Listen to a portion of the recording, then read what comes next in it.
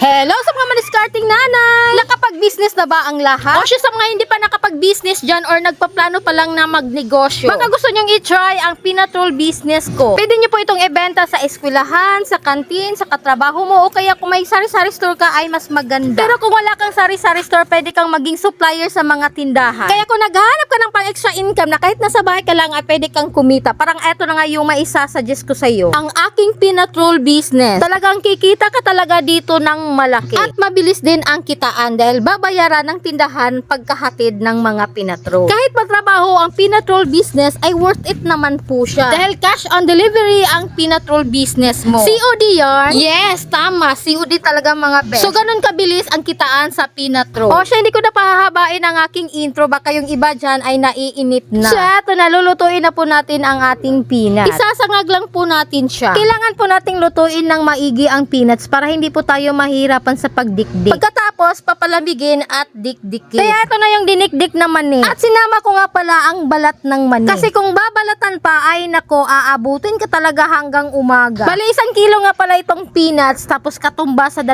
kilong asukal. Brown sugar lang ang gagamitin para maganda po ang magiging resulta sa peanut roll mo. Pagkatapos mong mailagay ang asukal, syempre hahaluin mo para magbabanding together ang 2 ingredients. Pagkatapos po nating maihalo ang 2 ingredients, syempre iro-roll na po natin sa ating lumpia wrapper. Ang sizes nga pala ng wrapper na ginagamit ko ay small. Hinati ko lang siya para magiging 2 ang magagawa sa isang wrapper. At hindi rin maganda kung isang buong wrapper ang gagamitin mo sa peanut roll. Kasi pag ginawa mo yon, isang wrapper ang gagamitin mo, ay nako, para ka talagang kumakain na puro wrapper. At isa pa, maalat din yung wrapper, kaya hindi maganda kung isang buong wrapper ang gagamitin mo. So hahatiin mo talaga yan. Dito sa amin, maalat talaga ang wrapper, kaya 1:2 ang ginagamit kong ratio. 1 kilong mani katumba sa 2 kilong asukal. Pero kung matabang ang lumpia wrapper sa inyo, pwede nyo naman pong i-adjust ang asukal. Kung ano ang ibabawas ninyong asukal, yun din ang idadagdag natin sa ating mani, para naman sa ganon ay makuha po natin yung tamang kitaan sa ating peanut roll. So ngayon, pag-uusapan po natin ang punan kung magkano ang ating nagastos sa ating peanut roll. Noong una kong gumawa ng peanut roll, mura pa noon ang mga bilihin. Kaya nakapagbenta pa po ako ng piso-piso. Pero ngayon, mahihirapan ka na kung magbenta ka pa ng piso-piso. Dahil sa mga bilihin ngayon, ay nako, nagtaasan na talaga. Kung magbebenta ka pa ng piso-piso, wag na lang. Sayang yung pagod mo dito. Para ka talagang timang kung gagawin mo yan. Kung magbebenta ka ng piso-piso, gumawa ka pa. Kaya ang benta ko na ngayon sa aking peanut roll ay 2 pesos per each na. Tapos ganito na karami ang magagawa mo sa 3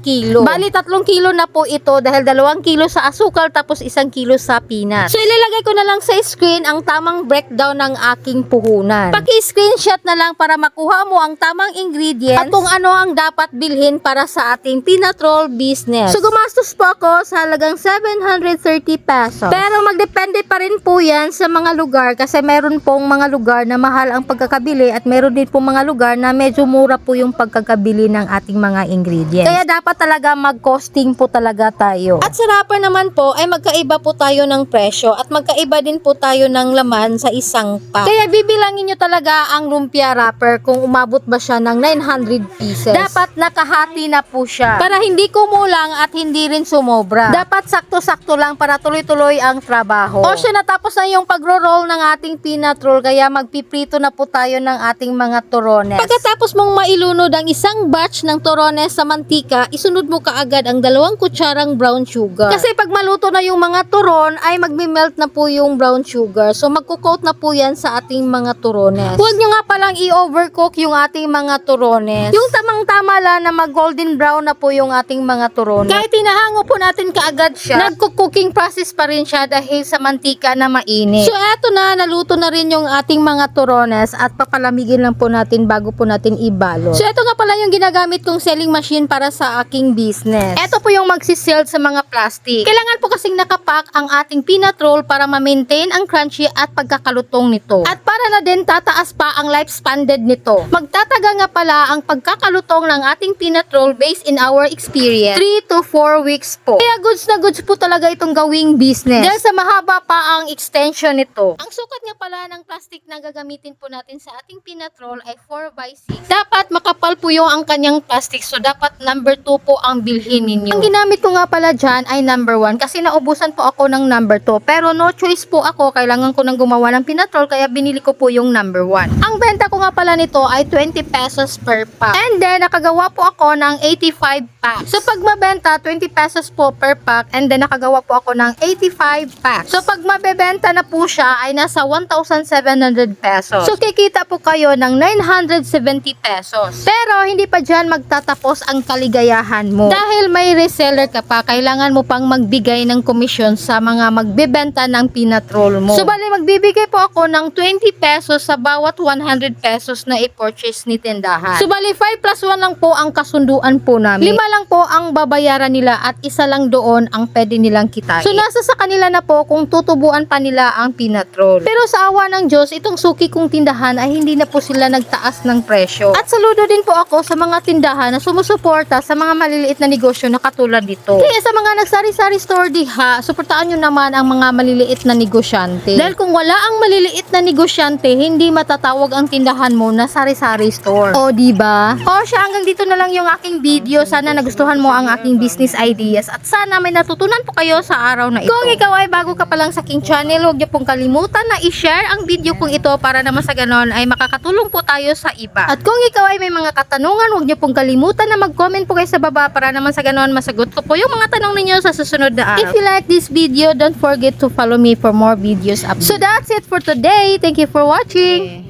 Salamat mo ni among halin ha.